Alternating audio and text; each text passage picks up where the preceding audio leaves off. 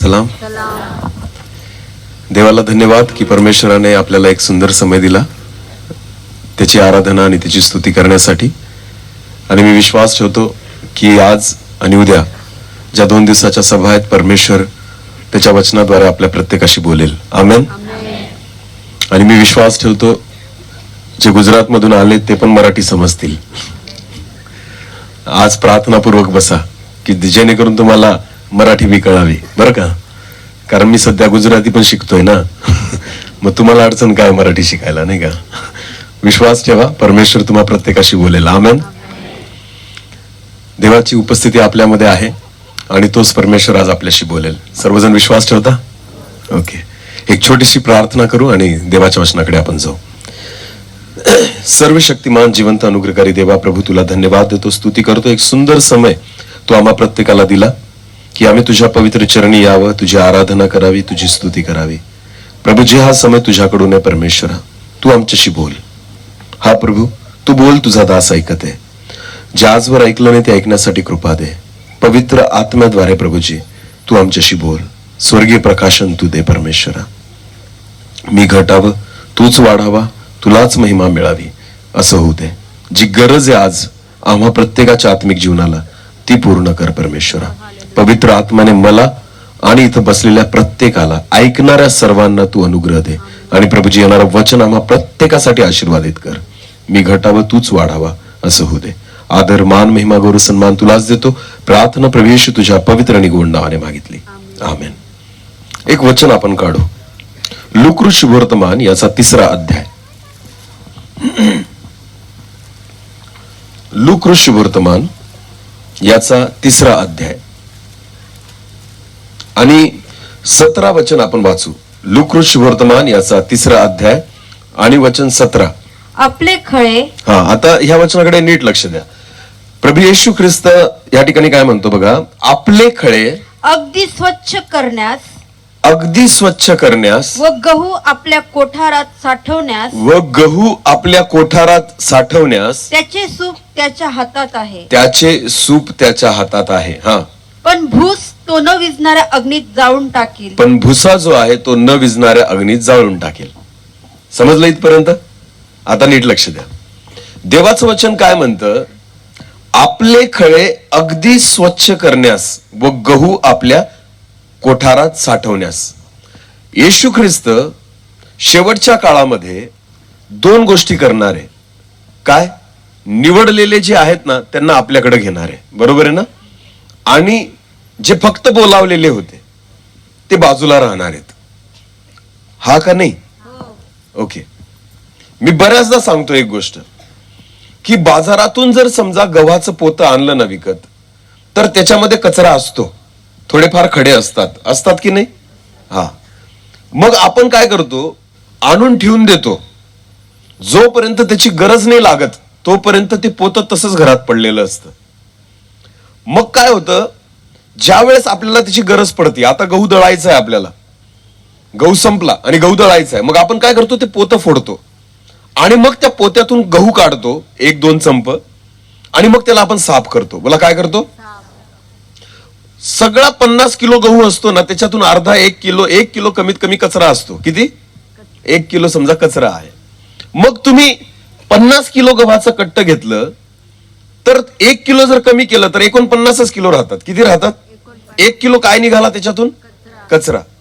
म्हणजे याचा अर्थ असा होतो की 50 किलो गव्हाचे पैसे तुम्ही दिले, पण कचऱ्याला पण कोणता भाव दिला? बरोबर आहे. ज्याच्याकडून विकत आणलं तो तुम्हाला तो कचरा परत घेईल का? नाही. कारण देताना त्यांनी तो कशासोबत दिला? गव्हासोबत. बोला कशासोबत दिला? म्हणून तुम्हाला कचऱ्याची पण किंमत काय पडली? गव्हाची जी किंमत होती किलोला, तीच कशाची किंमत पडली? मग तुम्ही कचरा खाल का? अरे बोला ना, खाल का? गहू 50 रुपये किलो पडला. किती रुपये किलो पडला? मग कचरा पण किती रुपये किलो पडला? मग 50 रुपयाचा कचरा आहे ना, तो खाऊन टाका ना. खाऊ का आपण? मग काय करू त्याला आपण? बोला काय करू? मोठ्याने बोला. फेकून देऊ ना. कारण तो कचरा आपल्या काही कामाचा. नीट लक्ष द्या. किंमत तीच चुकवलेली आहे, पण तो कचरा खाऊ शकत नाही. प्रभू येशू ख्रिस्ताने ना सगळ्यांसाठी किंमत चुकवलेली आहे. जे नीतिमान आहेत आणि जे आजही पापामध्ये आहेत, प्रत्येकासाठी एकच किंमत चुकवलेली आहे. हालेलुया. मी सेवा करतोय ना, तर माझ्यासाठी पण तीच किंमत चुकवली आहे. आणि जे तुम्ही बसून ऐकतायत ना, तुमच्यासाठी पण तीच किंमत चुकवली. ज्यांनी येशूवर विश्वास ठेवला त्यांच्यासाठी पण तीच किंमत आहे, आणि ज्यांनी अजून विश्वास नाही ठेवला त्यांच्यासाठी पण तीच किंमत आहे. लक्षात घ्या, किंमत सगळ्यांसाठी एकच चुकवली गेलेली आहे. बायबल काय म्हणतं, आतापर्यंत सगळं ठीक आहे. येशू ख्रिस्त जोपर्यंत येत नाही मंडळीला घेऊन जाण्यासाठी, सगळे गहू आणि कचरा एकाच पोत्यात घातलाय. कुठं घातलाय? एकाच पोत्यात. आणि त्या पोत्याला चर्च म्हणतात. बोला, काय म्हणतात? चर्च. समजतंय का? जोपर्यंत गहू वापरत नाहीये ना, ते पोतं कसलं असतं? गव्हाचं. बोला, कसलं असतं? त्याला कचऱ्याचं पोतं म्हणाल का? खड्यांचं पोतं म्हणाल का? कचरा आहे ना त्याच्यात, पण ओळख काय? गव्हाचं पोतं. बोला, कसलं पोतं? मग आज सुद्धा चर्चमध्ये ना कचरा पण आहे आणि गहू पण आहे. पण तुम्हाला माहिती का, सगळं पोतं एकाच नावाने ओळखलं जातं, चर्च. बोला, काय? मंडळी. बोला, काय? मंडळी. मग तो पापात जरी असेल तो पण मंडळीचा भाग झाला, आणि जो नीतिमान आहे तो पण मंडळीचा भाग झाला. कारण सध्या पोतं कसं आहे? मोठ्याने बोला, पोतं कसं आहे? एकच आहे. ज्या दिवशी प्रभू येशू ख्रिस्त गहू काढायला येईल, बोला, काय काढायला येईल? ज्याला गरज पडेल, आता मला माझा गहू पाहिजे, लक्षात घ्या, त्या दिवशी बायबल काय सांगतं माहितीये का? आता ते वचन परत वाचा. हा. आपले खळे अगदी स्वच्छ करण्यास, आपले खळे अगदी स्वच्छ करण्यास, व गहू आपल्या कोठारात साठवण्यास, व गहू आपल्या कोठारात साठवण्यास, त्याचे सूप त्याच्या हातात आहे. त्याचे सूप त्याच्या हातात आहे. बोला, त्याचे सूप. मावशीमध्ये काय म्हणतात सूपला? हा, हुपडा. बरोबर आहे ना? हुपडा ना, हुपडो. गुजराती ना? हा, ठीक आहे. सूप म्हणजे कळलं तुम्हाला ना? हा. नीट लक्ष द्या. प्रभू येशू ख्रिस्त काय म्हणतो की खळं साफ करायचंय, गव्हातून कचरा बाजूला करायचाय, पण ना प्रभू आपले हात खराब नाही करणार. नीट लक्ष द्या. कचरा बाजूला करायला तो आपल्या हाताने निवडणार नाही, आणि गहू पण आपल्या हाताने बाजूला नाही करणार. तुम्ही पाहिलं असेल, बहिणी जितक्या इथं बसलेल्या आहेत ना, सूप वापरलंय का तुम्ही? सूप, गहू साफ करायला ना. सूप कसं असतं माहिती का? तुम्ही जर समजा त्याच्यामध्ये गहू टाकला, कचरा पण त्याच्यातच असतो. सूप काय काम करतं माहिती का तुम्हाला? सूप बहिणी फक्त काय करतात? हलवतात. बोला, काय करतात? बरोबर आहे की नाही? तुम्हाला कचरा वेगळा करावा लागतो का? नाही. नीट लक्ष द्या. सुपाचं काम काय असतं? बहिणींना फक्त त्याला चाळतात. काय करतात? चाळतात. आणि चाळत राहतात, चाळत राहतात, चाळत राहतात, आणि काय होतं माहिती का? कचरा आपोआप बाजूला येतो. बोला, कचरा आणि गहू आपोआप बाजूला येतो. नीट लक्ष द्या. चालणारा ना फक्त चालण्याचं काम करतो. बोला, काय करतो? चालण्याचं काम. कचऱ्याला बाजूला नाही करावं लागत, कचरा स्वतःच काय करतो? बाजूला येऊन जातो. आणि गहू त्याचा बाजूला येतो. एकदम सोपं आहे. मग त्याच्यानंतर काय करतो? मग आपण कचरा काढून टाकतो, आणि काय उरतो? समजतंय तुम्हाला? प्रभू कचरा बाजूला कसा करेल माहिती का? प्रभू ना प्रत्येकाला नाही निवडत बसत, तो फक्त आहे ना सगळ्यांना एका सुपात घेतो. बोला, काय घेतो? एकाच सुपात घेतो. आणि अशी परिस्थिती आणतो ना की ती परिस्थिती आपल्याला चाळायला लागते. बोला, काय करायला लागते? आणि त्या परिस्थितीमध्ये सगळ्यांना घेऊन चाळत होतो. आणि चालता चालता काय होतो माहिती का? चर्च मधला सगळा कचरा एका बाजूला येतो. बोला, मंडळीतला सगळा कचरा कुठे येतो? एका बाजूला. सगळा गहू जो असतो तो एका बाजूला. ज्या मंडळीत देवाचं काम सुरू व्हायला सुरुवात झाली, समजून घ्यायचं तिथं कचरा पण काय होईल? बाजूला येईल. दोन भाग पडतात विचारांचे. कसे भाग पडतात? कचऱ्याचा विचार वेगळा असतो आणि गव्हाचा विचार समजून घ्यायचं. पण हे केव्हा समजतं माहिती का? परिस्थितीनुसार. बोला, केव्हा? परिस्थितीनुसार. ज्या वेळेस परिस्थिती येते, नीट लक्ष द्या, जेव्हा छळ, सताव आणि विरोध सुरू होतो, प्रभूने काय केलेलं असतं माहिती का? सूप हातात घेतलेलं असतं. बोला, काय केलेलं असतं? सूप. दूध का दूध आणि पाणी का पाणी. प्रभू काय करतो माहिती का? छळ, सताव, विरोध कशासाठी येतो? ते देवाने ना सूप हातात घेतलेलं असतं, आणि तो काय करतो? सगळ्यांना त्या सुपामध्ये काय करतो? पाकडायला लागतो, चाळायला लागतो. आणि त्याच्यात काय होतं माहिती का? गहू जो असतो ना, गहू तो स्थिर राहतो, पण कचरा पुढे यायला लागतो. कचरा काय करायला लागतो? पुढायला लागतो. देवाला ना तेच माहिती असतं की ती परिस्थिती जी असती ना, ती परिस्थिती आपोआप कचऱ्याला सांगते की मी काय आहे?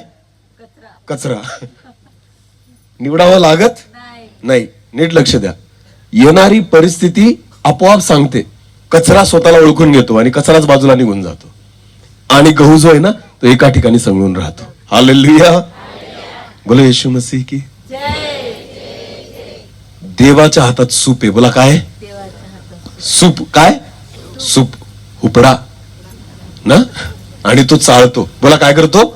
चाळतो. आणि मग त्याच्यात ना सगळं कळून जातं की आपण किती विश्वासू आहोत, आपण किती नीतिमान आहोत, आपण किती धार्मिक आहोत, आपला विश्वास किती पक्का आहे. बघा बघा बघा, त्यांना बघा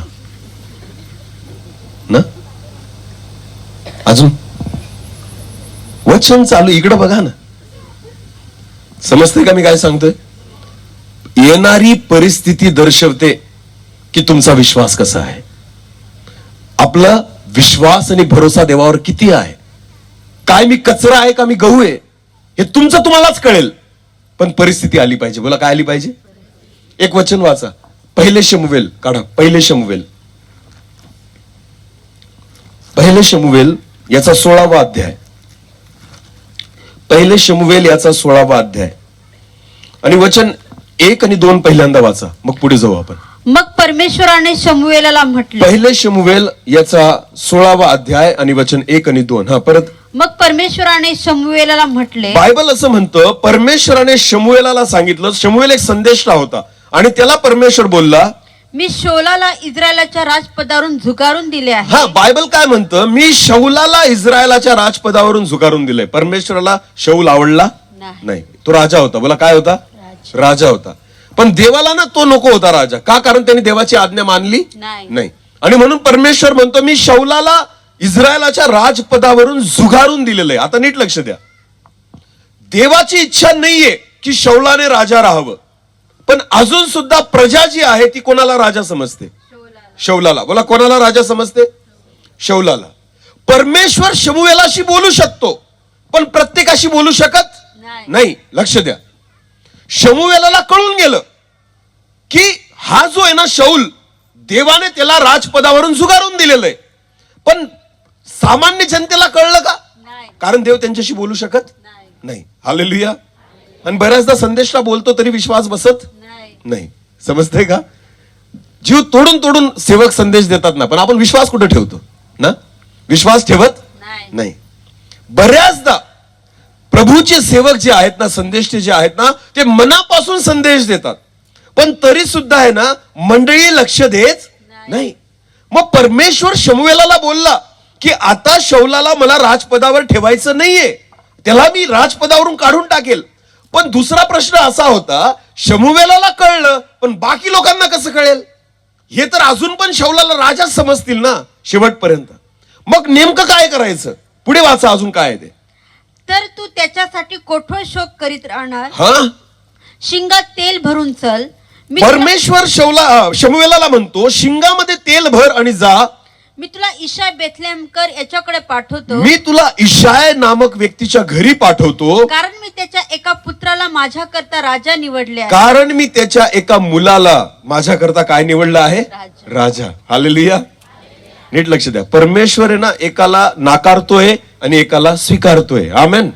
देव म्हणतो, आता मला शौल राजा नको, मला कोण राजा पाहिजे? इशायाचा एक मुलगा. तो कोण होता? दावीद. बोला तो कोण होता? दावीद. चला एक वचन वाचा बरं त्या ठिकाणी. पहिले शमूएल 16 वचन 10 पासून पुढे वाचा. या प्रकारे इशायाने आपले 7 पुत्र शमूएला पुढून चालवले. जेव्हा शमूएल इशायाच्या घरी गेला, सगळे त्याचे 7 पुत्र जे होते ना, ते शमूएला पासून पुढे गेले. पुढे वाचा. शमूएलाने इशायाला म्हटले, शमूएलाने इशायाला सांगितलं, यातला कोणीही परमेश्वराने पसंत केला नाही. हे सगळे नाकारलेले आहेत. नीट लक्ष द्या. याच्यातला एक बी देवाला पसंत नाहीये. पुढे वाचा.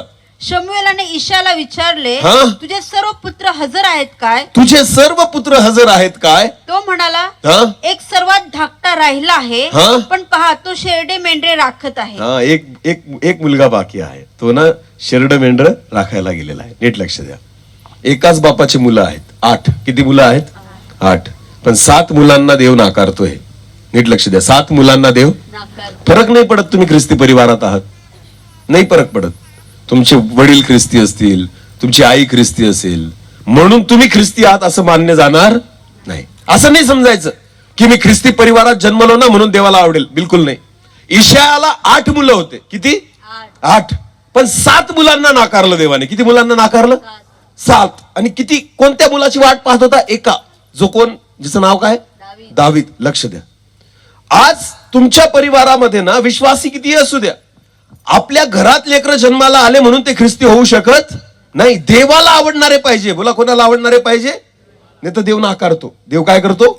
नाकारतो. तो म्हणतो हा मला आवडत नाही, हा मला आवडत नाही. असं करता करता 7 जणांना नाकारलं. इशायाचा मुलगा मला पाहिजे, ही चॉईस नव्हती देवाची. मला दावीदच पाहिजे. आमेन. मला कोण पाहिजे? दावीदच पाहिजे. ही देवाची चॉईस होती, देवाची निवड होती. आमेन. परमेश्वर ना त्याला आवडणारा व्यक्ती शोधतो. हालेलुया.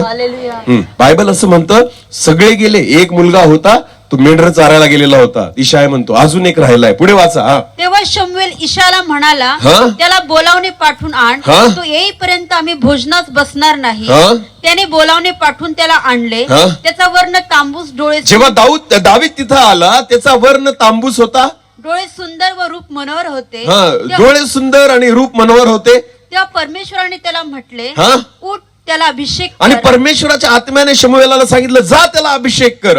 हाच तो आहे, हाच तो आहे. पुढे वाचा. मग शमूएलाने तेलाचे शिंग हाती घेऊन त्याला भावांमध्ये त्याला अभिषेक केला. शमूएलाने आता राजा होण्यासाठी कोणाला अभिषेक केला? दाविदाला अभिषेक केला. पुढे वाचा. आणि त्या दिवसापासून पुढे परमेश्वराचा आत्मा दाविदाच्या ठाई जोराने संचरू लागला. त्या दिवसापासून जोराने देवाचा आत्मा दाविदाच्या ठाई संचरू लागला. दाविद राजा झाला का लगेच? नाही. झाला का लगेच? अभिषेक तर झाला ना. अभिषेक झाला. कशासाठी झाला अभिषेक? राजा होण्यासाठी. पण राजा झाला का लगेच? नाही. का बरं? देवाने स्वीकारलं राजा म्हणून, अजून लोकांनी स्वीकारलं नाही. हालेलुया. नीट लक्ष द्या. देवाने दाविदाला राजा म्हणून स्वीकारलं की हा इस्रायलाचा राजा आहे, पण अजून लोक नाही स्वीकारणार ना त्याला. लोकांना स्वीकारण्यासाठी ना दिसावं लागतं काहीतरी. हालेलुया. नीट लक्ष द्या. परमेश्वराला माहिती होतं की मी दाविदाला राजा म्हणून स्वीकारलेलं आहे, शमूएलाने स्वीकारलेलं आहे, पण अजून प्रजेने स्वीकारलेलं नाही. मग परमेश्वराने काय केलं माहिती का? देवाने सूप हातात घेतलं. बोला, काय हातात घेतलं? सूप. हालेलुया. कारण विषय काय माहिती का? परमेश्वराला माहितीये हे लोक दाविदाला राजा केव्हा निवडतील? जेव्हा त्यांना कळेल की आम्ही कचरा आहोत. सगळे काय आहोत? कचरा. आणि एकच आहे असा जो गहू आहे. आमेन. मग परमेश्वराने काय केलं ना, निवड करण्यासाठी राजाची लोकांनी बघावं की हाच राजा होण्याचे योग्य. परमेश्वराने ना सूप हातात घेतलं. बोला, काय हातात घेतलं? सूप हातात घेतलं. वचन वाचा. पहिले शमूएल याचा 17वा अध्याय वचन 1 वाचा. पलिष्टी लोकांनी युद्धासाठी आपल्या सेना एकवट केल्या. बायबल असं म्हणतं, पलिष्टी लोकांनी युद्धासाठी आपल्या सेना एकवट केल्या. हेच देवाचं सूप होतं. हालेलुया. इस्रायला सोबत लढाई करण्यासाठी पलिष्टी लोक उभे राहिले. ही जी परिस्थिती देवाने निर्माण केली ना, हेच देवाचं काय होतं? सूप होतं. आता देव आहे ना पाखडायला आणि चाळायला सुरुवात करेल. बोला, कशाला सुरुवात करेल? चाळायला. आणि मी तुम्हाला सांगितलं, चाळायला सुरुवात झाली की काय बाजूला येतो? कचरा. आणि गहू एका बाजूला सारतो. हालेलुया.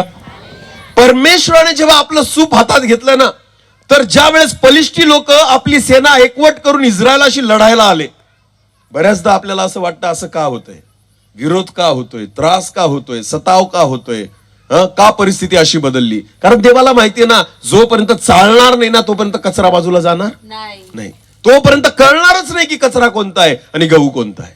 तोपर्यंत निवडच होऊ शकत नाही. लक्षात घ्या. परमेश्वर काही परिस्थिती स्वतःहून येऊ देतो, कारण ती आल्यावरच पारख होते. बोला, काय होते? पारख होते. देवाला पूर्ण माहिती होतं की दाविदच गहू आहे. आमेन. बाकी सगळा काय? कचरा. लक्षात घ्या. हे परमेश्वराला माहिती होतं, पण लोकांना नाही माहिती ना. मग देव ना ती परिस्थिती घेऊन येतो आणि त्या परिस्थितीला असा चाळतो ना की त्या परिस्थितीमध्ये खरं कळतं की कोण नीतिमान आहे, कोण धार्मिक आहे, कोण विश्वासी आहे आणि कोण केवळ कचरा आहे. लक्षात घ्या. जर आपलं आत्मिक जीवन कचऱ्यासारखं असेल ना, तर तुमचा खूप मोठा तोटा आहे. लक्षात घ्या. आतापर्यंत एकाच पोत्यात आहात, एकाच मंडळीत आहात, एकाच चर्चमध्ये आहात, पण एवढा हलक्यात घेऊ नका. जर तुम्ही कचरा म्हणूनच जर राहिले ना तर फक्त आणि फक्त त्याचा उपयोग जाळण्यात होणार आहे. बोला कसल्यात होणार आहे? पण गहू तो त्याच्या कोठारात साठवेल. आमेन. गहू तो कुठं साठवेल? कोठारात साठवेल. मिटिंगा करून दर रविवारी चर्चला जाऊन ह्या गोष्टी नाही कळत. जेव्हा परिस्थिती सूप घेतो देवा हातात, काय घेतो? सूप, आणि चाळायला सुरुवात करतो ना तेव्हा कळायला लागतं की कोण किती पाण्यामध्ये आहे, कोण किती विश्वासामध्ये स्थिर आहे, कोणाचा भरोसा देवावर किती आहे ना, ही ती परिस्थिती त्या ठिकाणी सांगते. लक्षात घ्या. जेव्हा देवाने इस्रायल लोकांवर अशी परिस्थिती आणली की पलिष्टी युद्ध करायला आले सगळी सेना एकवट करून, त्यावेळेस ना देवाने चाळायला सुरुवात केली इस्रायल लोकांना. आणि मग परमेश्वराचं वचन काय सांगतं वाचू आपण. 3 वचनापासून पुढे वाचा. पलिष्टी एका बाजूच्या पहाडावर उभे राहिले व दुसऱ्या बाजूच्या पहाडावर इस्रायल लोक उभे राहिले. त्या 2 डोंगरांमध्ये एक खोरे होते. तेव्हा गत येथला गल्ल्यात नामक एक महावीर पलिष्ठांच्या छावणीतून बाहेर आला. कोण बाहेर आला? गोलियात. बोला कोण बाहेर आला? गोलियात. तुम्हाला माहिती का परमेश्वराने अशी परिस्थिती इस्रायल लोकांवर आणली होती ना की युद्धाला लोक आले ही वेगळी गोष्ट होती, पण त्या सेनेमध्ये एक व्यक्ती होता ज्याचं नाव काय होतं? गोलियात.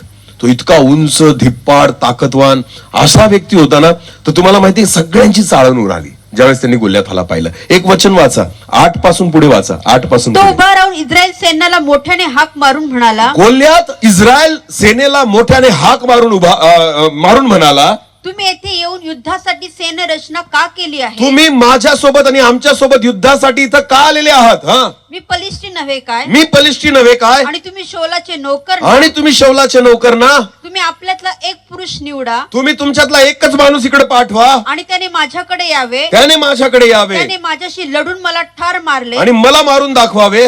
तर आम्ही तुमचे दास होऊ. आम्ही तुमचे दास होऊन जाऊ. माझी त्याच्यावर सरशी होऊन मी त्याला मारले.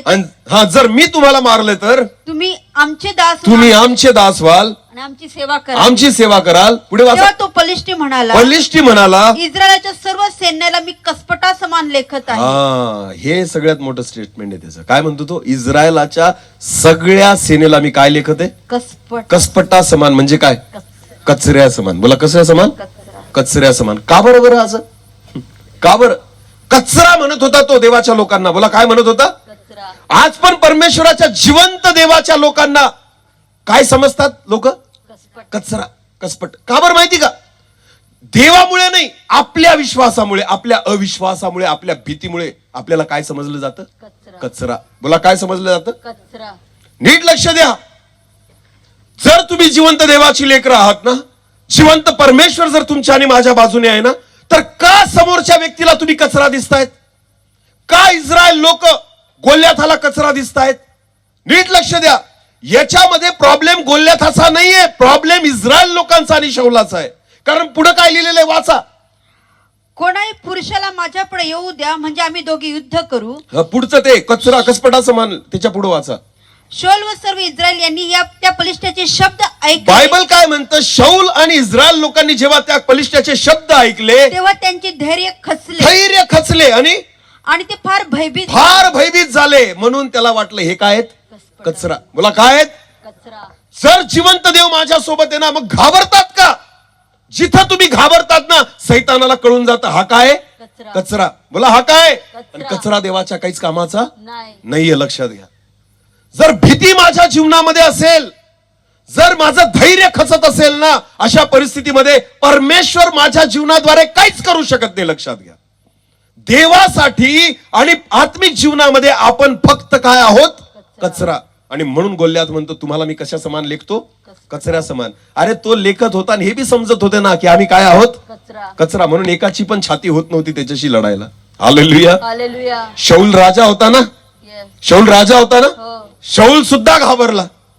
इस्रायल लोक सगळे घाबरले. मग विचार करा, सगळ्या इस्रायलामध्ये जिवंत देवाचे लोक आहेत ना, शौलापासून सगळे, पण सगळे काय आहेत? कचरा. बोला काय आहेत? कचरा. मग तलवार हातात घेऊन उभे आहेत, पण आहेत काय? कचरा. लक्षात घ्या. पितळी टोप घालून ना शौल उभा आहे, पण तू आहेस काय? कचरा. लक्षात घ्या. जो उभा नाही राहू शकत सैतानासमोर, जो त्या परिस्थितीसमोर उभा नाही राहू शकत धीर धरून, हिंमत धरून, लक्षात घ्या, तो सैतानाच्या नजरेमध्ये काय असतो? कचरा. आणि देवाच्या दृष्टीने पण तो काय आहे? देव काहीच करू शकत नाही त्याच्याद्वारे. लक्षात घ्या. ऑलरेडी सज्ज होते युद्धासाठी शौल आणि सगळे इस्रायली लोक, पण परमेश्वर त्यांच्यापैकी एकाचा पण वापर नाही करू शकला. आमेन. शौलाकडे ऑलरेडी तलवार होती, भाला होता, तलवार कशी चालवायची शौलाला माहिती होती, पण तरी देव शौलाचा वापर नाही करू शकत. का? कारण शौल स्वतःला काय समजतोय? कचरा. बोला, काय समजतोय? कचरा. परिस्थिती सांगते की तुम्ही मी काय आहोत. हालेलुया. सगळं ऑलवेल असलं ना, सगळं चांगलं असलं ना, आपला विश्वास पण खूप मोठा असतो. असं करून तसं करून हे प्रभू आम्ही ना, अरे काही नाही बाबा, परिस्थिती बदलू दे. चाळायला लागला ना देव सुपात घेऊन, तेव्हा कळतं कचरा कोण आहे आणि गहू कोण आहे. हालेलुया. मग बघायची भीती, मग बघायचं आपली हिंमत किती राहते त्या ठिकाणी. हालेलुया. बोले येशू मसीह की. म्हणून ना परमेश्वर स्वतःहून चाळतो सूप हातात घेऊन, आपल्याला सगळ्यांना त्या सुपात टाकतो एकत्र. देव कधीच भेदभाव करत नाही. लक्षात घ्या, भेदभाव नाही करत परमेश्वर, सगळ्यांना एका सुपात टाकतो आणि मग चाळायला सुरुवात करतो. कारण देवाची इच्छा काय माहिती का? त्या परिस्थितीत कोण टिकेल? आमेन. जो टिकेल तो गहू आहे आणि जो टिकणार नाही तो काय? कचरा. हालेलुया. समजतंय का मी काय सांगतोय? या शेवटच्या काळामध्ये ना देवाने आपलं सूप हातात घेतलेलं आहे. आमेन. आणि त्याने चाळायला सुरुवात केलेली आहे आणि कचरा सुद्धा हळूहळू बाजूला व्हायला लागलेला आहे. लक्षात घ्या, एका बाजूला होतो सगळा कचरा आणि त्यांचे विचार पण सारखेच असतात. लक्षात घ्या, त्या सगळ्यांचे विचार कसे असतात? सारखेच असतात.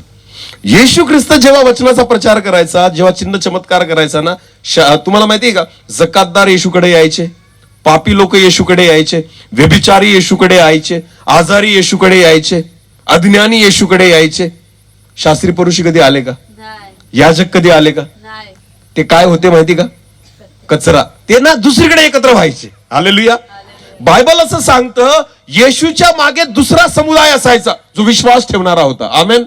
पण तुम्हाला माहिती का, जेव्हा जेव्हा शास्त्री आणि पुरुषी येशू बद्दल ऐकायचे ना, तर त्यावेळेस ना ते येशू सोबत एकत्र नाही व्हायचे, ते दुसऱ्या जागेवर एकत्र जमायचे.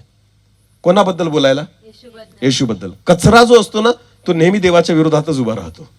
हालेलुया. एक वचन वाचा बरं, ते एक वचन वाचू, मग इथं परत येऊ आपण. हे वचन काढून ठेवा. योहान कृष्णवर्तमान याचा 11वा अध्याय वचन 44-45 वाचा. योहान 11 वचन 44-45.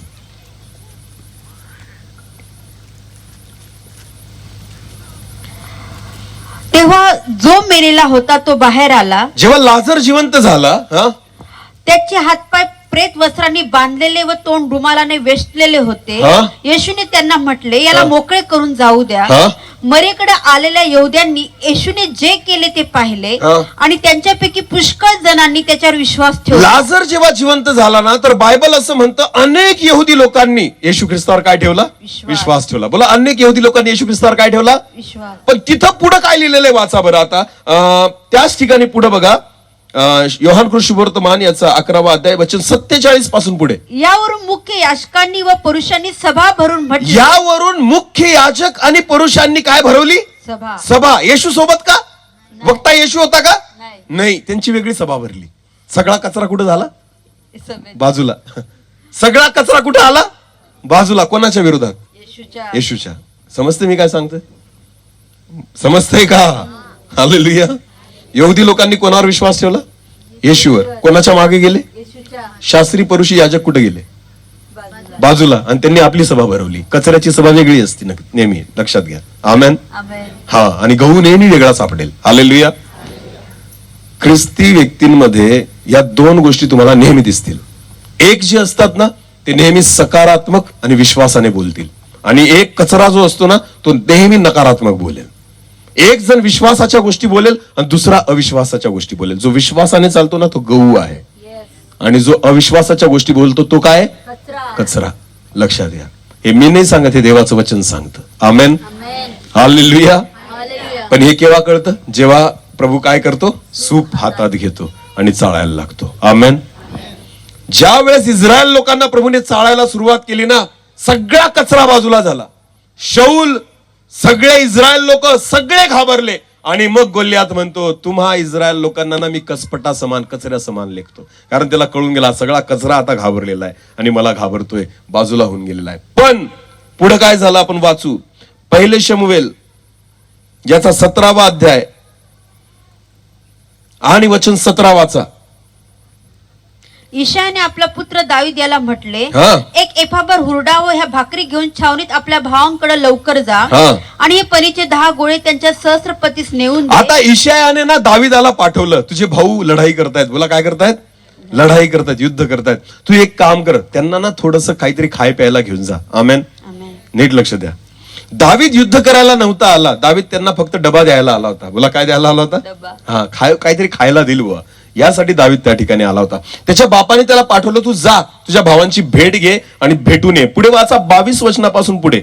दावीद आपल्या सामानाची गाठोडे सामानाची राखण करण्याच्या हवाली करून धावत सैन्यात गेला. जेव्हा दावीद तिथं आला, त्याने त्याचं गाठोडं तिथं ठेवलं आणि त्याच्यानंतर तो धावत सैन्याकडे गेला आणि आपल्या भावांकडे जाऊन त्याने त्यांचे क्षेम कुशल विचारले. भावांना भेटला, त्यांचं बरं त्याने विचारलं. पुढे तो त्यांच्या बरोबर बोलत असता पलिष्ठ्यांच्या गोटातून तो गत येथील गल्ल्यात नावाचा पलिष्ठी वीर तेथे चालून येऊन पूर्वोक्त शब्द बोलला, ते दाविदाने ऐकले. आता हीच घटना दाविदाच्या समोर पण घडली की गोल्यात आला आणि परत इस्रायल लोकांची निर्भसना त्याने केली. आणि मग काय झालं? त्या पुरुषाला पाहता सर्व इस्रायल लोक अत्यंत भयभीत होऊन त्याच्या पुढून पळून गेले. कचरा परत पळाला. गोल्यात दुसऱ्यांदा बोलला आणि कचरा परत काय झाला? पळाला. बायबल काय म्हणतो? इस्रायल लोक त्याच्या पुढून काय झाले? पळून गेले. देव चाळतोय ना. देव काय करतोय? चाळतो. लगेच कचरा दिसायला लागतो, बाजूलाच होऊन जातो तो. हालेलुया. बोले येशू मसीह की. सगळे इस्रायल लोक पळाले, पण पुढे काय झालं? इस्रायल लोक म्हणू लागले, हा चालून आलेला पुरुष तुम्ही पाहिला ना, हा? तो इस्रायलाची निर्भसना करायला आला आहे. हा? जो कोणी त्याला ठार मारील त्याला राजा बहुत धन देऊन संपन्न करील. हा? आपली कन्या त्याला देईल आणि इस्रायलला त्याच्या बापाचे घराणे स्वतंत्र करील. हा? आसपास उभे राहणाऱ्या लोकांना दाविदाने विचारले, या बलिष्ठाला मारून इस्रायलाची अप्रतिष्ठा दूर करणाऱ्या मनुष्याला काय मिळेल? हा? या असुंती बलिष्ठाने जिवंत देवाच्या सेना तुच्छ लेखाव्यात. जिवंत देवाच्या सेना तुच्छ लेखाव्यात का? आमेन. नीट लक्ष द्या. दाविदाला भरोसा स्वतःवर नाहीये, पण तो काय म्हणतो? मी ज्या देवाचा आहे ना, तो जिवंत परमेश्वर आहे. हालेलुया. हा कोणाला तुच्छ लेखतोय? मनुष्याला नाही, जिवंत देवाच्या सेनेला. आमेन. हे फक्त एवढ्या गर्दीमध्ये कोणाला माहिती होतं? शौलाला देव नव्हता माहिती का? माहिती नव्हता का? इस्रायल लोकांना देव नव्हता माहिती? सगळ्यांना माहिती होता. तुम्हाला माहिती का? पण दाविदाला विश्वास होता. दाविदाला देवावर काय होता? देव सगळ्यांना माहिती हो, चर्चमध्ये बसलेल्यांना, पण विश्वास किती जणांचा आहे? ज्यांचा विश्वास असतो ना, ते गहू आहेत, आणि ज्यांना नुसता देव माहिती आहे ना, ते कचरा आहेत. बोला काय आहेत? नुसता माहिती होऊन फायदा नाही राहत, त्याच्यावर भरोसा असणं गरजेचं आहे. बोला देवावर काय असणं गरजेचं आहे? भरोसा. आणि जेव्हा भरोसा असतो ना, त्यावेळेस तो तिथंच उभा राहतो. आमेन. दावीद काय म्हणतो? हा बेसुंती बलिष्ठी, ज्याला देव माहिती नाही, ज्याला जिवंत परमेश्वर काय तो माहिती नाही, आणि हा आपल्याला धमकावतो, तो जिवंत देवाच्या सेनेला तुच्छ लेखतोय. कोणाला तुच्छ लेखतोय? जिवंत देवाच्या सेनेला. तुम्हाला माहिती, म्हणून देवाने दाविदाला निवडलं. आमेन. कारण त्या एकट्याला माहिती होतं पूर्ण इस्रायल मध्ये की जिवंत परमेश्वर आमच्या सोबत आहे. आमेन. जिवंत परमेश्वर आमच्या सोबत आहे. लक्षात घ्या, परिस्थिती ठरवते की कोण गहू आहे आणि कोण कचरा. लक्षात घ्या, या ठिकाणी फक्त एकच होता निवडलेला, तो कोण आहे? दावीद. तो म्हणतो, आणि पुढे तो काय म्हणतो? वाचा 17:32 वाचा. 17:32. मग दावीद शौलाला म्हणाला, राजाला म्हणाला, त्या पलिष्ठ्यामुळे कोणाही माणसाचे मन कचरू नये. ह्या पलिष्ठ्यामुळे कोणाही माणसाचे मन कचरू नये. आपला दास जाऊन त्याच्याशी लढेल. आपला दास जाऊन त्याच्याशी लढेल. आमेन. आमेन. कोणाला सांगतोय? राजाला. राजा पण काय आहे? कचरा. हालेलुया. राजा पण स्वतः काय? कचरा. आणि एक साधारण मेंढपाळ त्याला सांगतोय, तुम्ही अजिबात घाबरायचं नाही, मी जाऊन लढतो. आमेन. मी जाऊन काय करतो? कोणाशी? गोल्याताशी. बोला कोणाशी? याला निवडलेला म्हणतात. आमेन. देवाला ना राजा बनवायचं होतं त्याला. मग परमेश्वराने काय केलं माहिती का? शौलाच्या नजरेमध्ये आणि इस्रायलाच्या नजरेमध्ये आपोआप त्याला पुढे आणलं आणि सगळा कचरा काय केला? बाजूला. का बरं? कारण देवाने काय सुरू केलं? सुपात काय करायला सुरुवात केली? चाळायला सुरुवात केली. सगळा कचरा बाजूला आणि एकटा दावीद कुठं? बाजूला. सगळ्यांना दिसायला लागला, अरे हा कोणाशी लढायला चालला? कोणीच लढू शकत? आपल्याकडे तलवारी तरी आपली हिंमत होत आपण युद्ध कला शिकलोय तरी आपण लढू शकत नाही. आणि याने तर युद्ध शिकलेला शौलाने स्वतःचे कपडे दिले कोणाला घालायला? दाविदाला. जा ही तलवार घे, माझे कपडे घे, माझे बुट घे, माझा टोप घे, सगळ्या गोष्टी घे आणि जा कोणाशी लढ. बोला कोणाशी लढ? गुलाताशी. दाविदाने सगळं घालून पाहिलं आणि चालायला लागला. चालतायत. विचार करा दाविदाची तब्येत कशी असेल बरं, की कपड्यांचं सुद्धा वजन त्याला जास्त लागतंय. हालेलुया. समजतंय का? कपड्यांचं वजन सुद्धा त्याला काय वाटतंय जड. आणि मारायला कोणाला चालला? गोल्याथाला. बोला कोणाला मारायला चालला? कोणाच्या भरोशावर? बोला कोणाच्या भरोशावर? आपल्याला काही करायचंच नाहीये, सगळं करणारा कोण आहे? देव. आमेन. हालेलुया. दूध का दूध, पाणी का पाणी होईल या दिवसामध्ये. आमेन. या दिवसात परमेश्वर त्याचं सूप चाळायला सुरुवात करतोय परमेश्वर. आणि त्या सुपामध्ये ना कचरा आपोआप बाजूला जाईल आणि गहू जे आहेत ना ते एका बाजूला येतील. आमेन. तोच टिकेल. बोलावलेले पुष्कळ आहेत पण निवडलेले थोडकेत. देवाचं वचन म्हणतं. देवाला गर्दी नकोय, लक्षात घ्या. परमेश्वराला निवडलेले पाहिजे. बोला कोण पाहिजे? निवडलेले पाहिजे. घरी जर भात केला, घरी जर बिर्याणी केली, घरी जर पुलाव केला, खूप सुंदर लागतो. किती मटेरियल टाकतो आपण त्याच्यामध्ये ना, सुंदर वास येतो आणि मग तोंडाला पाणी येतं. आणि चला आपण बिर्याणी खायला बसलो आणि पहिला घास खाल्ला आणि खडा लागला. काय लागला? खडा. काय होतं? काय होतं? सगळा मूड खराब. सगळा मूड खराब. कशामुळे? इतके मसाले टाकलेत ना. खुश राहा ना. भात पण चांगला वापरलाय, खुश राहा. चांगले मटणाचे पीस टाकलेले आहेत त्याच्यामध्ये, त्यांना बघा ना. एका खड्यामुळे काय झालं? सगळा मूड खराब. म्हणून ना सगळे खडे देव काढून टाकेल. समजतंय तुम्हाला? कारण त्या एका खड्यामुळे सुद्धा देवाचा मूड काय होऊन जातो? खराब. हालेलुया. बोले यीशु मसीह की. बहिणी कधी कधी खूप सुंदर जेवण नेहमी बनवतात. मला माफ करा, नाही तर मला खायला देणार नाही. हर्षिला ताई नीट लक्ष द्या. बहिणी कधी नाही, परत एकदा, नेहमी चांगलं जेवण बनवतात. नेहमी चांगलं जेवण बनवतात. पण तुम्हाला माहिती का, कधी त्यांच्या मनात ना खूपच म्हणजे मनापासून बनवतात ना, इतकं मनापासून बनवतात काही वेळेस की त्याच्यात ना स्वतःचे केस पण टाकतात. काय टाकतात? बिचारा नवरा पार भुकेला असतो, खायला बसतो, म्हणतो वाह काय सुंदर जेवण आहे. पहिला घास खातून दुसऱ्याच घासाला काय येतो? सगळा मूड. खरंय की खोटंय? तो केस पण लहान नाही राहत ना, चला माणूस गिळून घेईल ना, असा तोंडातून ओढून काढावा लागतो. अर्ध्या गळ्यातून. बरोबर आहे. अनुभव. याला म्हणता अनुभव. हालेलुया. ताई कुठे बसले आहेत? याला म्हणता अनुभव. अर्ध्या गळ्यातून त्रास होतो ना. एक केस ना, सगळ्या जीवनाचा मूड खराब. म्हणून ना देव कचरा बाजूला काढेल. लक्षात घ्या. कारण देवाला ना एक असा कचरा जरी राहिला ना, एक थोडासा सुद्धा, तो सहन होत नाही. आपल्याला नाही होत तर देवाला कसं होईल? आमेन. मनुष्य असून आपण नाही सहन करत ना. केस खाल्ल्याने मी मरणार आहे का? खडा खाल्ल्याने मी मरणार आहे का? पण खातो का आपण? नाही ना. शेवटी त्याला काय करतो आपण? काढूनच फेकतो ना. हीच परिस्थिती आहे. लक्षात घ्या. हीच परिस्थिती आहे. एकच पातेल आहे बिर्याणीचं, पण त्याच्यात तो केस सहन होत नाही, थोडाही कचरा सहन होत. हेच आहे परमेश्वराचं. मंडळीमध्ये ना इथं सहन करेल देव, पण जेव्हा घेऊन जाईल ना तेव्हा अजिबात सहन करणार नाही. लक्षात घ्या. कारण देव ना वरून सगळं पाहतोय चित्र. लक्षात घ्या. मंडळीत काय काय चाललेलं आहे या दिवसात. देव ना वरून पाहतोय कॅमेरा लावून तुम्हाला. मंडळीतच एवढा गोंधळ करतायत, देव विचार करतोय स्वर्गात किती करतील. हालेलुया. एक मंडळी असती 200-300 लोकांची. किती लोकांची? 200. तरी इतके विचार वेगवेगळे. तुम्हाला मी सांगतो कोणाच कोणाशी जमत नाही. हा तिकडं तानेल, हा पूर्व दिशेला, तर तो उत्तरेला आणि तो दक्षिणेला ना. आणि एक तर म्हणतो मी येणारच नाही ना. एकच मंडळी हो, 200-300 लोकांची. त्याच्यात आपली एवढेच ओढाताणी चाललेले आहेत. मला सांगा स्वर्गात तर करोडोने संख्या राहील ना. किती राहील? जर इथं आपलं 300 लोकांशी जमत नसेल तर तिथं करोडोंशी कसं जमेल? म्हणून कचऱ्याला काय करेल? बाजूला करेल. हालेलुया. ज्यांचं एकमेकांशी जमेल ना, परमेश्वर त्यालाच उचलेल. आमेन. हा, म्हणून गहू बना. बोला, काय बना?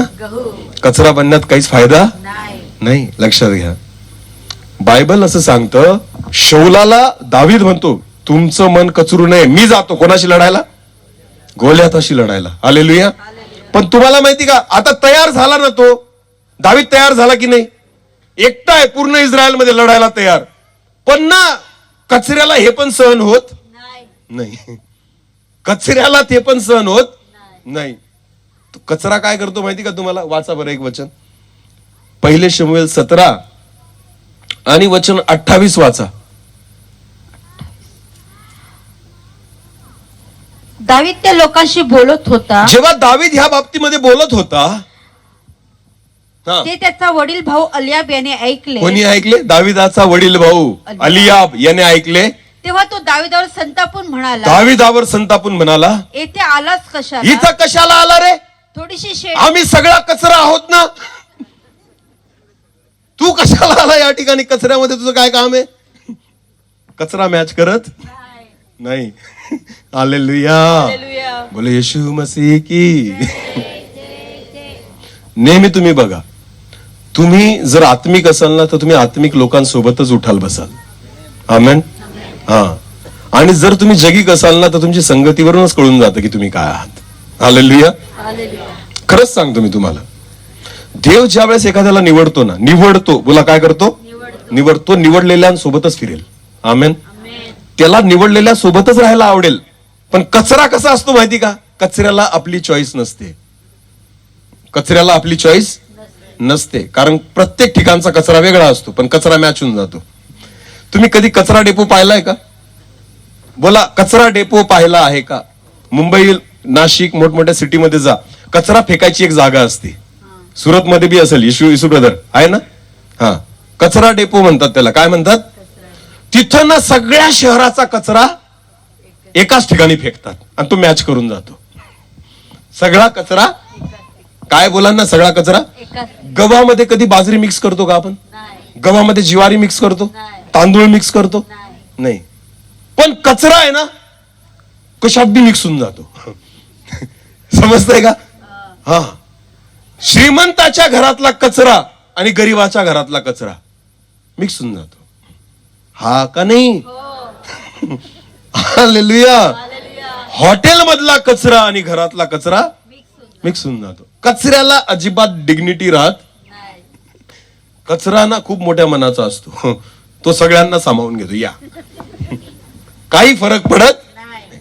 धार्मिक आला तरी या, अविश्वासी आला तरी या, पिणारा आला, खाणारा आला, 2 नंबर वाला आला, दुसऱ्यांना लुटणारा आला, लबाडी करणारा आला, मी पण कचरा आणि तू पण कचरा. समजतंय का? कचऱ्याला आपली डिग्निटी नाहीये, लक्षात घ्या. पण धार्मिकाला स्वतःची डिग्निटी असते. आमेन. नीतिमान जो असतो ना, त्याला स्वतःची एक ओळख असते. हालेलुया. स्तोत्रसंहिता अध्याय 1 वचन 1 पासून पुढे वाचा पटकन. स्तोत्रसंहिता अध्याय 1 वचन 1 पासून पुढे.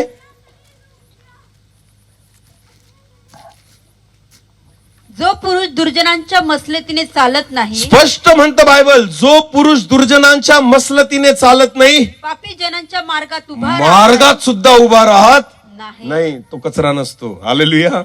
तो गहू आहे. बोला, तो काय आहे? निवडलेला. आमेन. बायबल काय म्हणतं? तो दुर्जनांच्या मसलतीने चालत नाही आणि पापी जनांच्या मार्गात सुद्धा उभा राहत नाही. अजिबात टाइमपास करत फिरत नाही. हा, लक्षात घ्या. कचरा जो असतो ना, तो सगळीकडे मिक्स होईल, पण जो गहू आहे ना, तो ओळखला जातो. आमेन.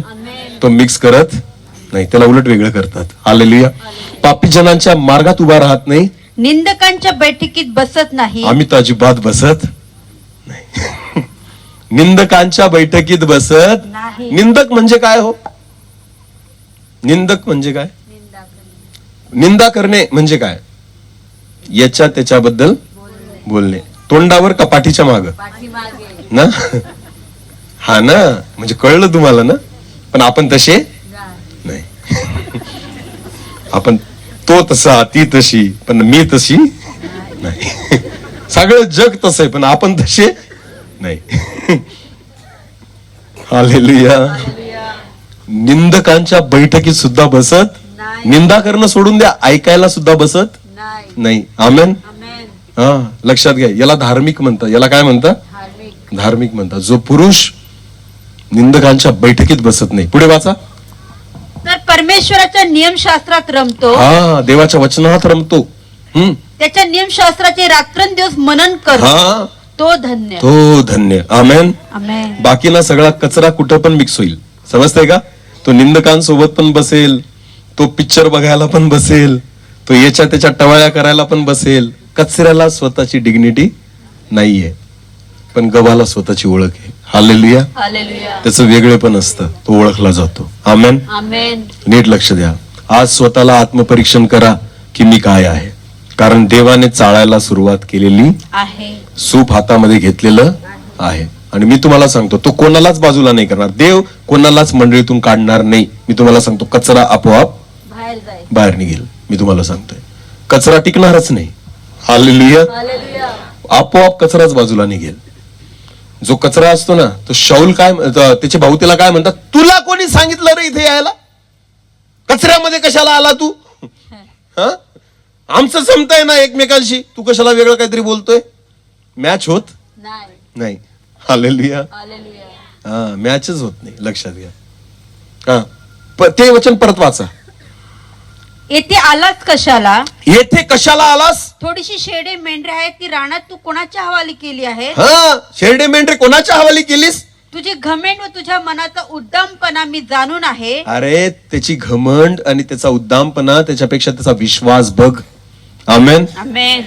विश्वास नाही दिसला दाविदाचा, पण त्याची घमेंड, त्याचा उद्दामपणा. त्यांना वाटतंय, दावीद जे म्हणतोय ना मी गोल्याथाला मारेल, त्याला तो घमंडी वाटतोय. मला काय वाटतोय?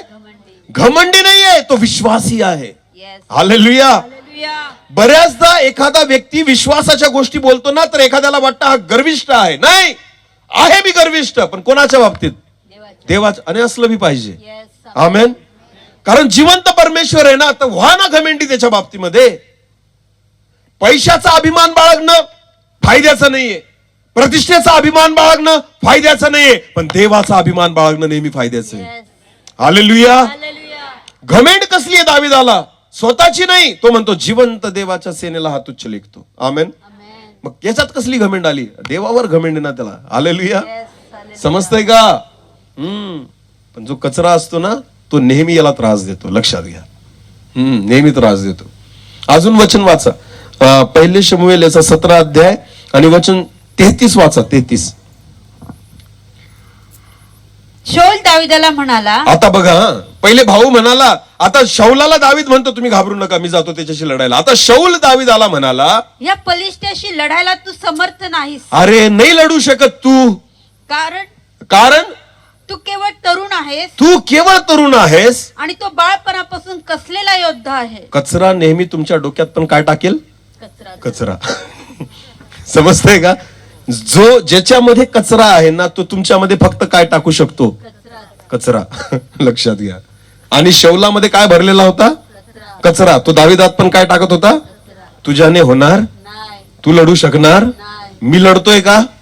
मग तू कशाला लढतोय? हालेलुया. मी राजा आहे ना. अरे हाकाने बोला ना. शाऊल म्हणतो मी राजा आहे ना, तलवार माझ्या हातात आहे ना, मी लढतोय का? तू कसं काय लढशील? जो कचरा त्याच्या डोक्यात, तोच कचरा तो कोणाला देतोय? दाविदाला. अशा लोकांसोबत फिरायचं नाही. ते सगळा त्यांचा कचरा तुमच्या डोक्यात टाकतील. बोला येशू मसीह की जय. विश्वास ऐकल्याने, बोला विश्वास आणि ऐकणं देवाच्या वचनाप्रमाणे असलं पाहिजे. आमेन. कधीच माणसाचं काही पण ऐकायचं नाही. ऐकायचं तर फक्त काय ऐकायचं? वचन. कारण याच्यानेच विश्वास वाढतो. बोला याच्याने काय वाढतो? विश्वास वाढतो. लक्षात घ्या. कोण काय बोलतंय, कोण काय सांगतंय, बऱ्याचदा ते ऐकून ऐकूनच आपला विश्वास कमी होऊन जातो. आपण घाबरायला लागतो. दावीद आहे ना, सगळं ऐकलं त्याने. भावाचं पण ऐकलं त्याने, शौलाचं पण ऐकलं, पण तो कचरा आतमध्ये जाऊ दिला नाही. हालेलुया. तो कचरा त्याने आतमध्ये जातो. म्हणतो सिंहाला मारलंय मी. काय म्हणतो? सिंहाला मारलंय. तू कचरा नको टाकू माझ्या डोक्यात. हालेलुया. मी एकदा एका अस्वलाला मारलंय, तो म्हणतो तू तुझा कचरा माझ्यात टाकू नको, मला माहिती मला काय करायचंय. आमेन. नीट लक्ष द्या. आत्मिक जीवन यालाच म्हणतात. आपल्या आजूबाजूला असणारे ना बऱ्याचदा त्यांच्यातला कचरा आपल्यात टाकण्याचा प्रयत्न करतील, पण टाकू द्यायचा नाही. हालेलुया. बघा नीट लक्ष द्या. देवाने ना डोळे बनवले. काय बनवले? पण तुम्हाला माहिती का डोळे बंद पण करता येतात. हा का नाही? हा का नाही? मग ते ना झाकण आहे. बोला ते काय? झाकण आहे. की मला नाही पाहिजे ती गोष्ट, तर मी झाकण काय केलं? बंद केलं. हालेलुया. तोंड सुद्धा बंद करता येतं. बोला तोंड काय करता येतं? बंद करता येतं. त्याला पण झाकण आहे. पण एका गोष्टीला झाकण कशाला? कानाला. मग प्रॉब्लेम काय माहिती का? सैतानाला माहितीये इथं झाकण नाहीये ना, मग टाका काय? कचरा. बोला काय टाका? सगळ्यात जास्त कचरा जर कुठून आतमध्ये जात असेल तर तो कुठून जातो? कारण त्याला झाकण. मग उद्यापासून काय लावून फिरा? झाकण. हेच प्रॉब्लेम आहे, लक्षात घ्या. बऱ्याचदा आपल्या जीवनामध्ये येणारा अविश्वास, भीती ही सगळी या झाकणातूनच आत जाते. खरंय की खोटंय? एक शेवटचं उदाहरण दिलं आणि बंद करेल मी. झालाय माझा वेळ, मला जास्त नाही ताणायचं. मी मागं दिलं असेल का नाही मला नाही आठवत, पण ठीक आहे. 5 बेडूक होते. किती? 5. एक बेडूक इथं बसलेला होता आणि 4 आहे ना या टेबलावर चढत होते. कुठे चढत होते? टेबलावर. पण त्यांना चढता येत इथपर्यंत चढायचे आणि परत पडून जायचे. आणि हा जो 5वा बेडूक होता ना, तो सांगायचा तुम्ही चढू शकत नाही. हा स्वतः चढत नव्हता, पण इथं बसून फक्त काय म्हणायचा? तुम्ही चढणार नाही. ते बिचारे 4ही आहे ना खूप प्रयत्न करायचे, अर्ध्यापर्यंत यायचे, परत पडून जायचे. आणि हा बसून फक्त एकच म्हणायचा, तुम्ही चढू शकत तुमच्याने होणार नाही. यांनी खूप प्रयत्न केले. मग त्यांच्यातले 3 जे होते ना थकून गेले आणि त्याचं ऐकलं. कोणाचं ऐकलं? त्या एकट्याचं, की तो म्हणतो तुम्ही चढू शकत. आणि ते 3 पण ना त्याच्या लाईनीत येऊन बसले. समजतंय का? आता इथं किती झाले? 4. आणि तिथं किती आहे? एकच आहे. पण तो एक बेडूक होता ना, तो चढतच राहिला. तो प्रयत्न त्याने सोडले नाही. तो शेवटपर्यंत चढत राहिला. हा बेडूक जो होता ना, हा विचार करायचा हे 3 येऊन गेले, हा का बरं येत नाही? आणि हा बोलतच राहिला की तू नाही चढणार रे, हे येऊन गेले माझ्याकडे, तू पण येऊन बस. पण त्याने याच्याकडे लक्ष दिलं आणि तो प्रयत्न करतच राहिला. थोड्या वेळाने काय झालं, तो बेडूक जो आहे ना तो वर चढला आणि इकडून निघून गेला. आणि हे 4ही तोंडात बोटं घालून बसले. अरे हा कसं काय चढला? तो चढून गेला. मग तो एक बेडूक जो होता ना, जो म्हणायचा तुम्ही चढू शकत नाही, त्याने या 3घांना विचारलं, का रे म्हणे मी तुम्हा 3घांना बोललो की चढू नाही शकत, तुम्ही बरोबर येऊन बसले, हा एकटा कसं काय गेला म्हणे, याने का बरं ऐकलं नाही? त्यावेळेस त्या 3घांनी सांगितलं, तो ना बहिरा होता म्हणे. तो बेडूक कसा होता? त्याला ऐकायला येत त्याने ऐकलंच नाही हा काय म्हणतोय, म्हणून तो काय करत राहिला? प्रयत्न करतच राहिला आणि चढून गेला. हालेलुया. कधी कधी ना इथं पण झाकण लावणं गरजेचं आहे. देवाने दिलं नाही पण तुम्ही लावा. आमेन. हा. कारण देवाने का दिलं नाही माहिती का? कारण त्यावेळेस एदेन बागेमध्ये देवाशिवाय बोलणारं कोणीच नव्हतं. मग देवाला माहिती होतं मीच बोलणार आहे ना, तर झाकण देण्याची गरज नाही. पण प्रॉब्लेम कुठून आला माहिती का? बिना झाकणाचे एदेन बागेच्या बाहेर गेले. कुठे गेले? एदेन बागेच्या. चर्च मध्ये असतो ना आपण, हे झाकण उघडच राहायला पाहिजे. पण जेव्हा नवापूरला जातात ना तेव्हा मेन प्रॉब्लेम तो आहे आपला. झाकण कुठं उघडायचं आणि कुठं बंद ठेवायचं हे आपल्याला कळलं पाहिजे. चांगल्या ठिकाणी आले ना तर झाकण लावून बसतात काही जण, झोपा लागतात काहींना चर्चमध्ये ना, कारण तुमचे झाकणं जिथं पाहिजे उघडं ना तिथं बंद असतं आणि म्हणून झोपा काढतात. जिथं देवाचं वचन ऐकायचं ना तिथं कान उघडे ठेवा. बायबल काय म्हणतं? ज्याला कान आहेत तो ऐको. आमेन. कचरा हातमध्ये जाऊ द्यायचा नाही. शाऊल म्हणतो तू नाही करू शकत रे, तू इतका तरुण आहे ना, तुझ्याने नाही होणार, तो एवढा कसलेला योद्धा आहे, तो तुला मारून टाकेल. पण दाविदाने त्याचा कचरा हातमध्ये घेतला नाही. त्याला म्हटलं तुझा कचरा तुलाच ठेव. हालेलुया. बोले येशू मसीह की जय. नीट लक्ष द्या. हे तेच दिवस आहेत की ह्या दिवसामध्ये परमेश्वर जो आहे ना तो चाळणी घेणार आहे, सूप घेणार आहे आणि सुपाने तो काय करायला सुरुवात करेल? चाळायला आणि पाखडायला सुरुवात करेल. आणि भूस जो आहे, कचरा जो आहे, तो आपोआप बाजूला बाजूला सरकेल आणि गहू वेगळा दिसेल. बघा, देवाने सूप हातात घेतलं, लगेच त्या ठिकाणी सगळे इस्रायल आणि शौल बाजूला झाले, एकटा दावीद लोकांना दिसायला लागला.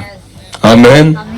आणि बायबल असं म्हणतं, जेव्हा दाविदाने गोल्याथाला मारलं ना, सगळे इस्रायल लोक जय जयकार करायला लागले की शौलाने हजारो बदले आणि दाविदाने लाखो बदले. हालेलुया. लोकांना कळून गेलं ना की शौलापेक्षा जास्त ग्रेट कोण आहे? दावीद. शौलापेक्षा महान कोण आहे? दावीद. म्हणून त्याचे राजा बनायचे मार्ग मोकळे झाले. आमेन. पण देवाला त्याच्यासाठी हातात काय घ्यावं लागलं? सूप. लक्षात घ्या, तेव्हा तो कचरा बाजूला होतो आणि गहू बाजूला होतो. आमेन. आणि म्हणून त्या देवाच्या वचनामध्ये आपण जे वाचलं, परत एकदा पहिलं वचन वाचा, लूक वर्तमान 3 अध्याय वचन 17.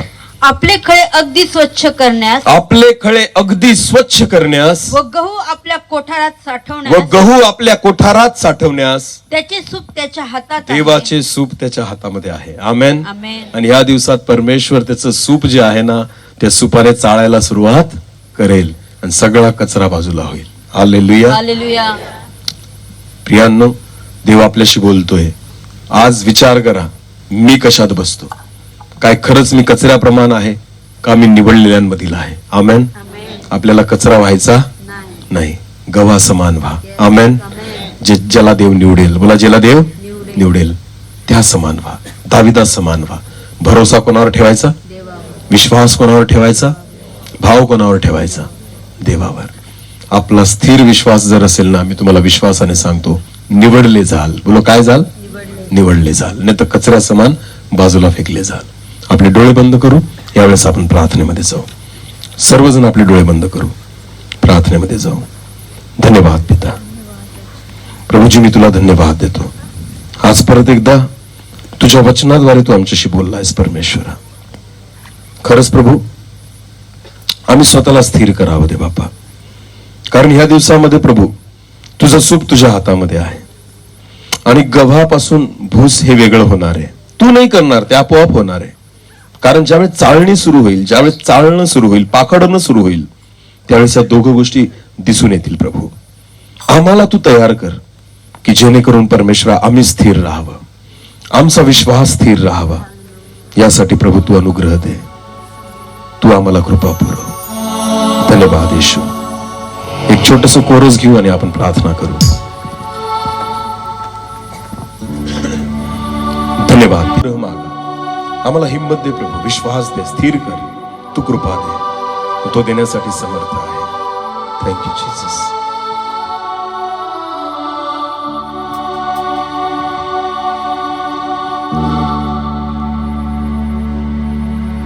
ओ मा देवा, ओ मा प्रभु, जीवन मा तू सुखी राखजे. ओ मा देवा, ओ मा प्रभु, जीवन मा तू सुखी राखजे. जीवन में संकट आविता, आविता. जीवन में संकट आविता, आविता, आविता.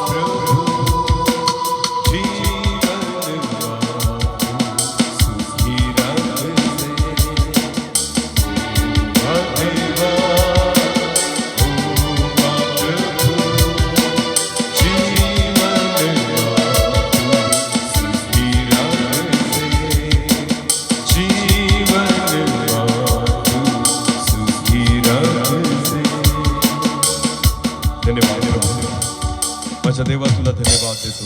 तू आम्हाला सहायता कर प्रभूजी. दिवस कठीण आहेत परमेश्वरा, पर या कठीण दिवसांमध्ये आमचा भरोसा तुझ्यावर असावा. जरी तू प्रभू तुझं सूप हातात घेतलेलं आहे, सर्वांना तू चाळत आहेस परमेश्वरा, पण प्रभू या सर्व परिस्थितीत आम्ही स्थिर असावं. भुशा समान, कचऱ्या समान आम्ही बाजूला न जाता आम्ही जागेवर स्थिर असावं प्रभू, की जेणेकरून आम्हाला तू कोठारात साठवशील. स्वर्गीय जीवनामध्ये आम्ही प्रवेश करू शकू इतपत योग्यता तू आम्हाला दे परमेश्वरा. ज्या वचनाद्वारे आज तू आमच्याशी बोललाय, केवळ ऐकणारे नाही पण वचनावर विश्वास ठेवून चालणारे कर. सर्व आदर, मान, महिमा, गौरव, सन्मान तुझा आहे, तुलाच देतो. प्रार्थना प्रभू येशू तुझ्या सामर्थ्याने गोड नावाने मागितली म्हणून तो ऐक. आमेन.